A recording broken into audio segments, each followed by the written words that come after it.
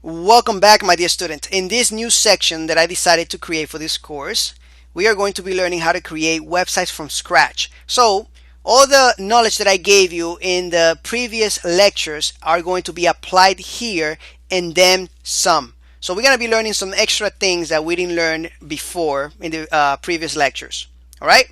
So we are going to be building this from scratch. We're going to give it some styles. And at the end of this section, we're going to take this to the online community so everybody in the world can see our website. I'm going to show you how to launch this using a real domain and a real hosting company.